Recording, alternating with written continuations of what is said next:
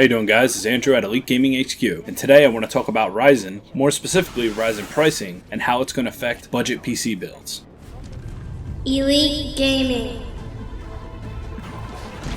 Enemy turret ahead. Fire at will. The shadow. Die. Win double kill.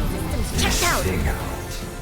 Now, when we talk about budget PC building, that's the PC building that interests me the most. And the reason being is because I build PCs for other people. There's a lot of people that can't afford an $800, a $1,200 PC. But luckily, we're at a time right now where you can get a good graphics card, let's say an RX 460, all the way up to a 1050 Ti, all budget graphics cards, that will give you 60 frames per second on almost any game you want to run in 1080p. So that's awesome, right? But then it comes into play of where do you go with your processor and the rest of the money in your build. And right now, we're in this weird situation with Intel where they release a processor series kinda every year, and they're very small incrementally upgrades from the year before, so you never really get anything that's awesome. Like, to give you an example, a 2600K, the i7 will beat the brakes off of an i3 or even an i5, and we're talking about a 32 nanometer processor that came out in 2011, I believe, and it's still better than $200 processors that Intel has on the market right now. It's kind of ridiculous. But along comes Ryzen, and they might change the scape of the processor market, what we buy, and what we can make budget PCs with. Video games nowadays are using multiple cores, more than two, and it's really apparent in the minimum system requirements in some of these games coming out. For example, for fun, when I did, hey, let's build the cheapest PC we can for Battlefield 1, and we were merely using the minimum system requirements. I'll put a card to that video in case you're interested in checking it out. Basically what it said is it didn't recommend using an i3 to play Battlefield 1, this current year's i3, but yet it said you could have used an FX 6350, which is AMD's 6-thread processor that came out in 2013. They're saying a 6100 is not going to optimally run this game, but a 6350 is. Which, I mean, it's not an exact science. The i3 will run the game. You don't need to get the i5. You don't need to spend the $230 on the i5 it recommends, versus the $100 AMD processor. But it's interesting how far we've come, and this is what they recommend because their games will utilize those cores. So back to Ryzen. Why does Ryzen matter? Well, the lowest end of Ryzen processor is supposed to be 4 cores and 4 threads, and the pricing is going to be very interesting because the new line of i3s come out, and i3s usually launch about $130. In fact, I can do a quick check to see exactly what they are, but that's general rule of thumb. You're going to pay $130 for a brand new i3. It's a 2-core multi-thread processor. They're good, solid processors. My girlfriend uses one. It's good. But what happens when AMD releases the Ryzen 4-core 4-thread processor at the same price point, at $135 to $140, maybe even $150? Now you're looking at an AM4 processor that's going to use DDR4, and it's going to compete with i5s that are $100 more expensive. The i5s are either going to come down in price, or everybody's going to be switching to AMD for budget builds. So this is a great time to get into PC gaming, because in the time to come, what's going to happen is we're going to actually have these two competing markets. You have AMD with an older line that are still good, but their single core performance is nowhere close to Intel, and the Intel i7 can just render and do so much more than an AMD 8-core, but you paid about 3 times the price.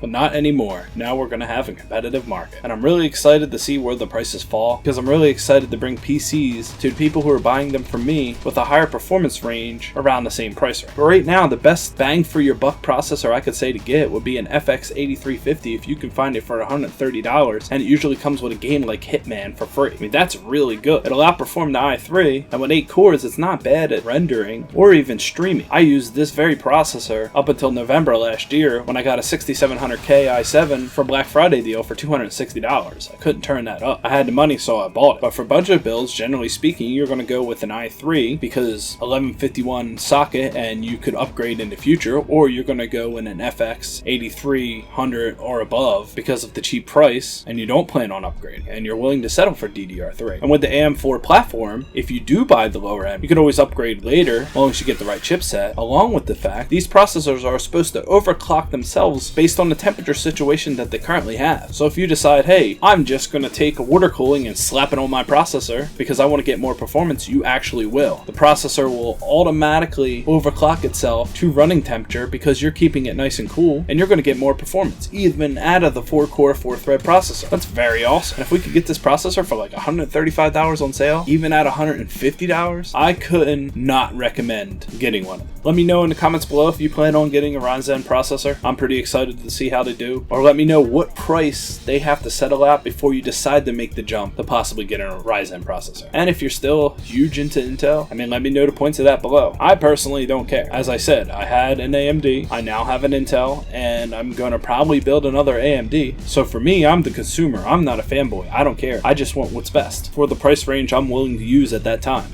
But that's all I really wanted to talk about today. I just wanted to make a quick video talking about this. For all the people who hit me up asking for me to build them budget computers, this time next year, we're probably going to have a lot more options and be able to do so much more. And that for me is exciting. So I hope you enjoyed. Give me a thumbs up if you liked the video, thumbs down if you disliked the video, and I'll catch you guys on the next one. I'm Andrew, and this is Elite Gaming HQ. Thanks, guys.